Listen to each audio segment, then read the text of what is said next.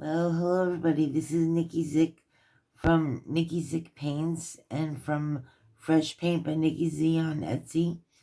Here is a watercolor floral that I did today using my new Mozart paints, which I got on Amazon. They're a 40 color palette that has primaries, neons, and metallics. The color card is attached. I showed this earlier today, and it's a great palette for beginners and for master artists because of the mixing of the neons and metallics.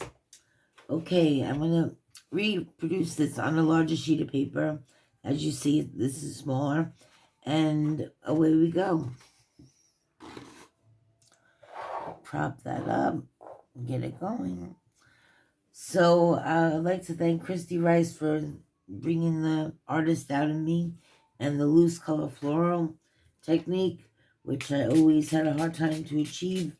But after watching her tutorials, I just flew like a bird and it just took off, and I'm so happy and grateful to her. So here I am. Here we go. So we're going to start with the center flower here and paint away. I'm going to use the rose magenta called Charisse. These colors are highly pigmented from Japan. Alright, so we're going to start in the center. I want to make little smiley faces just for the center, as many as you want, and then slowly come out with some wider petals. I can wiggle them, which I like to do to give a irregularity. It's late tonight, and I have a grouchy Kermit the Frog voice, but excuse that. My painting should still be the same, even though I don't sound the same.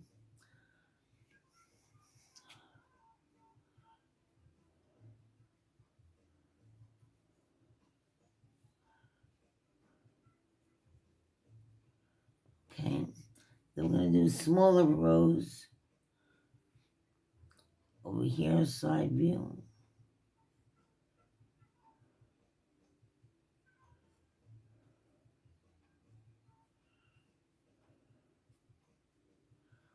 And then we're going to put a bud up top. The other painting, the bud actually took over, so this, try to be a little bit more delicate and just make one bud. Okay, next we're going to use a nice, beautiful violet. Wow, my colors are nice and juicy from spraying earlier.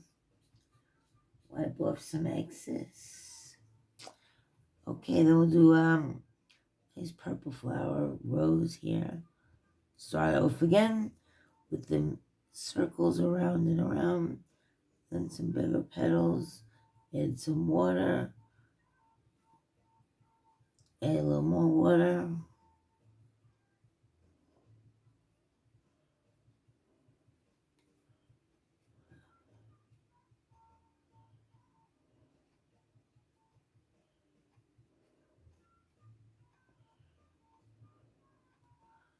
Okay.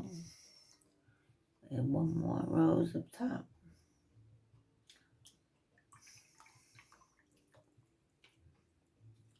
Using the violet once again. Try to make a real rose. Small one though. Sometimes I pick the paint up that is already there because it's so highly concentrated. So I need some lights. Okay.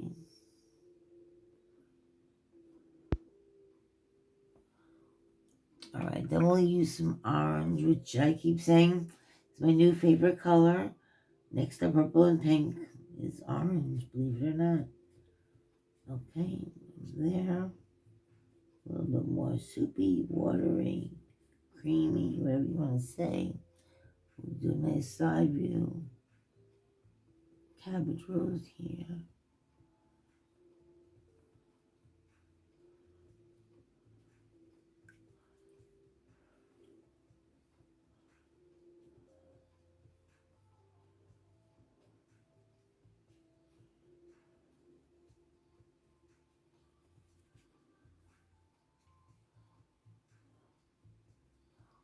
Okay, and then we'll make one for here, fill in the hole.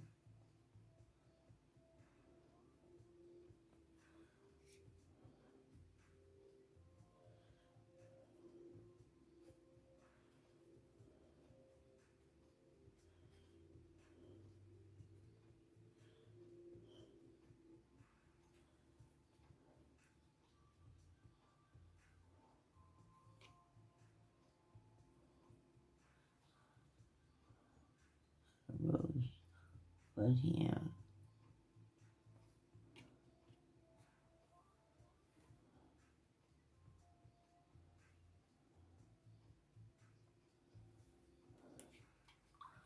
Okay, not too bad. So we have 3 shades here. We have magenta, Shaddy's color, we have the violet, and then we have the orange. Next we're going to come in with the green. And for the green for this painting, I used a combination of grass green and peak green because the grass was too olivey and the peak is too bright. So the combination of them both is pleasant. So I'm going to start with water on my brush and dabbing into the greens and making a line down the center. Okay, I'm going to have that top vein touch the center. Then we're going to have it go here. So it's growing off there. Then we'll have another branch coming down this way. Or blossom, we should say, not branch. My voice, I need some water. You can bring me water. Then we'll do this. It comes down. And then this. And you make some greenery against the bud.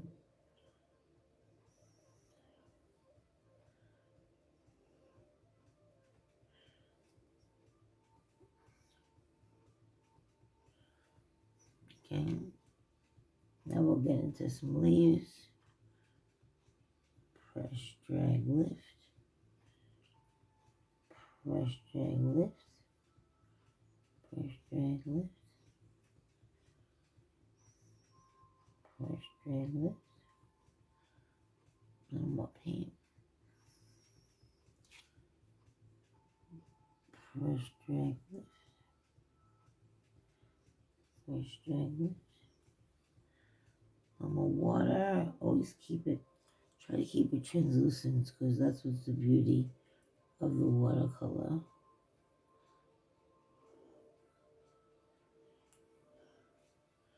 Need more of that brilliant green. I think it's starting to look too olivey.